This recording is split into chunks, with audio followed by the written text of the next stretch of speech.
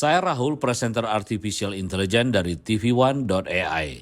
Inilah Trending News Senin 29 April 2024. Mahasiswa pengunjuk rasa anti perang di kampus-kampus Amerika Serikat akan terus melakukan demonstrasi karena beberapa universitas menutup perkemahan mereka setelah adanya laporan tuduhan aktivis antisemit di antara para pengunjuk rasa.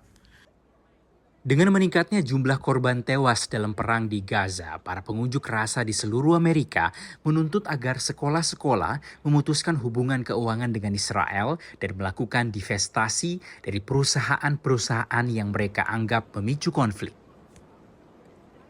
Beberapa mahasiswa Yahudi menuduh protes tersebut telah berubah menjadi antisemitisme dan membuat mereka takut untuk menginjakan kaki di kampus. Para pengunjuk rasa mahasiswa pro-Palestina mendirikan tenda di Universitas Columbia di New York minggu lalu. Polisi pertama kali mencoba membersihkan perkemahan pada tanggal 18 April ketika mereka menangkap lebih dari 100 pengunjuk rasa. Namun, tindakan tersebut menjadi bumerang, menginspirasi pelajar di seluruh AS dan memotivasi pengunjuk rasa di Columbia untuk berkumpul kembali. Perkemahan mahasiswa ini telah menyebabkan Rektor Universitas Columbia, Mino Safik, menghadapi teguran yang signifikan. Namun, sebagian besar simbolis, tapi ia tetap mendapat dukungan dari para pengawas yang memiliki kekuasaan untuk mengangkat atau memecat rektor. Sekelompok aktivis berharap dapat mematahkan blokade Israel di Gaza dengan armada kapal yang membawa bantuan bernama Freedom Flotilla Coalition. Tapi perjalanan flotilla tertunda antara lain menurut aktivis yang terlibat karena tekanan dari berbagai negara. Selengkapnya dilaporkan tim Voice of America. 3 kapal bersandar di dermaga Istanbul, Turki, termasuk kapal kargo Akdeniz. Dengan lebih dari 5.000 ton bantuan ke jalur Gaza, termasuk pasokan medis dan makanan. Tapi keberangkatan kapal-kapal yang tergabung dalam Freedom Flotilla tertunda dari rencana semula 21 April. Di pihak flotilla sendiri menang ada beberapa izin yang belum keluar dari pihak Turki dan juga pengecekan barang bantuan yang akan dikirim ke Gaza itu sendiri.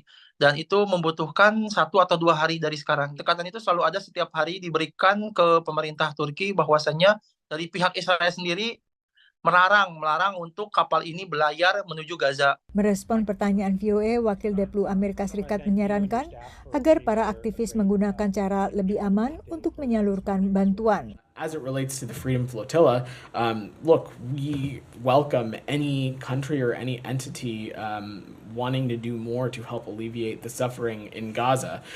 We just believe that this kind of assistance that is ultimately destined for Gaza, it needs to be transmitted through the legitimate crossings and established channels. Amerika Serikat sendiri mengupayakan penyaluran bantuan ke Gaza, termasuk dengan dermaga terapung. Pelayaran Freedom Flotilla kali ini dibayangi upaya serupa tahun 2010 lalu, saat flotilla dengan 6 kapal berupaya tembus ke Gaza dengan membawa 10.000 ton bantuan kemanusiaan. Namun Israel mencegat dan menyerang salah satu kapal berbendera Turki dan menewaskan 10 relawan sehingga membuat tegang hubungan Israel dengan Turki. Anne Wright adalah koordinator US Boat to Gaza, salah satu anggota koalisi Freedom Flotilla. Sebelumnya kepada VOA ia menyebutkan bahwa armada kapal ini berniat menekan Israel untuk membuka blokade terhadap Gaza. We are not going on a suicide mission, that's for sure.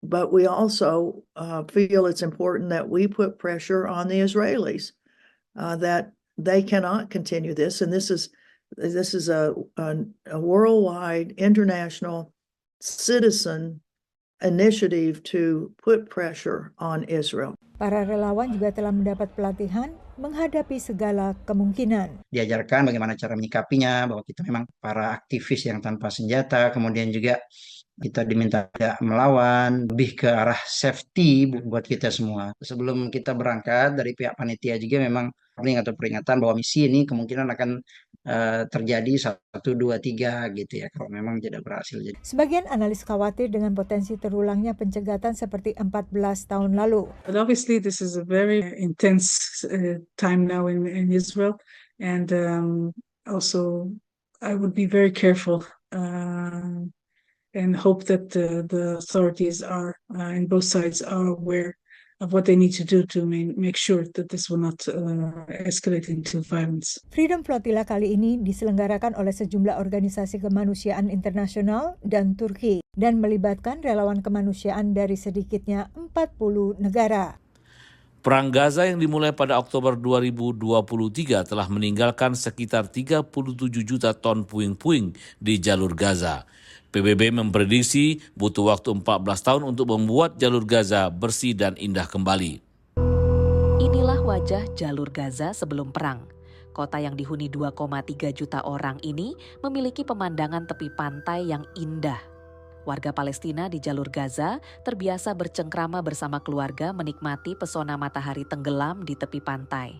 Namun, serangan demi serangan Israel yang ditumpahkan dari langit jalur Gaza atau yang disemburkan tank-tank militer membuatnya hancur luluh lantak. Per Lodhamar, pejabat senior Dinas Pembebasan Ranjau PBB atau UNMAS, mengatakan pada konferensi pers di Jenewa, Swiss, bahwa ada juga sejumlah besar persenjataan yang belum meledak yang terkubur di reruntuhan sehingga menimbulkan risiko bagi pekerjaan pembersihan. What we do know is that we estimate 37 million tons of debris, which is approximately 300 kilos of debris per square meter. 65% of the buildings that have been destroyed are residential buildings. An estimation has been done based on the current number of tons of debris in Gaza, and with 100 trucks, we're talking about 14 years of work with 100 trucks. Sejumlah besar bangunan di jalur Gaza hancur akibat serangan Israel, mencakup gedung pemerintah, rumah sakit, sekolah dan kampus, masjid, gereja, dan situs bersejarah. Kondisi ini menyebabkan sebagian besar warga sipil kehilangan tempat tinggal, kelaparan, dan beresiko terkena penyakit. Jumlah korban tewas di jalur Gaza saat ini telah meningkat menjadi hampir 34.500 orang. Israel habis-habisan menggempur jalur Gaza untuk menumpas kelompok militan Hamas sejak 7 Oktober 2023. Dan saat ini sedang menyiapkan serangan darat pamungkasnya ke Rafah, benteng terakhir Gaza yang dihuni 1,4 juta warga dalam tenda-tenda pengungsian. Kita ke berita olahraga. Api Olimpiade Paris, simbol semangat dan persatuan, sedang menyelesaikan perjalanan epiknya dari Yunani ke Perancis melalui rute yang bersejarah menjelang acara pembukaan Olimpiade Paris 2024 yang akan diselenggarakan pada 26 Juli nanti. Di stadion tempat Olimpiade modern pertama diadakan di Athena pada tahun 1896, api Olimpiade Jumat lalu resmi diserahkan kepada Prancis sebagai penyelenggara Olimpiade 2024. Perjalanan obor ini dimulai dari Stadion Kuno Olimpia melewati jalan sepanjang 5.000 km melalui tanah Yunani yang indah dengan berhenti di beberapa pulau dan beristirahat malam di bawah bayangan Akropolis kuno. Setelah estafet 11 hari di daratan Yunani dan 7 pulaunya serta dibantu 600 membawa obor, Ioannis Fontoulis, seorang atlet polo air yang berbakat dari Yunani, menjadi pembawa obor terakhir yang lantas diserahkan kepada Ketua Paris 2024, Tony Estanguet. Dengan terus menyala dalam obor, api ini akan berlayar ke Prancis dengan sebuah kapal layar klasik namun megah. Kapal Belem yang legendaris, sebuah kapal berlayar bertiang 3 dengan panjang mencapai 59 meter, akan membawa api Olimpiade menyeberangi Laut Mediterania dan akhirnya berlabuh di kota pelabuhan indah Marseille dalam 12 hari kemudian. Saat menyentuh tanah Prancis pada tanggal 8 Mei nanti, dimulailah estafetnya menuju kota Paris.